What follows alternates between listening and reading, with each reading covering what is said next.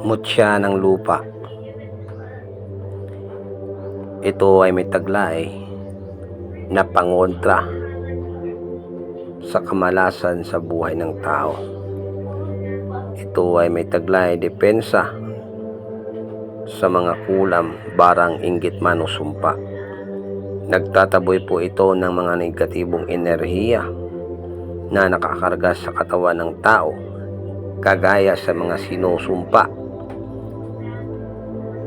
mga inggit, o anumang palipad hangin, tao man o ginagamitang mahikang kadiliman.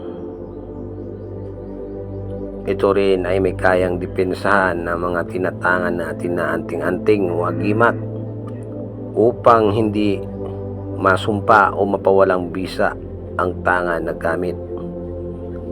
Ito ang taglay ng mutya ng lupa.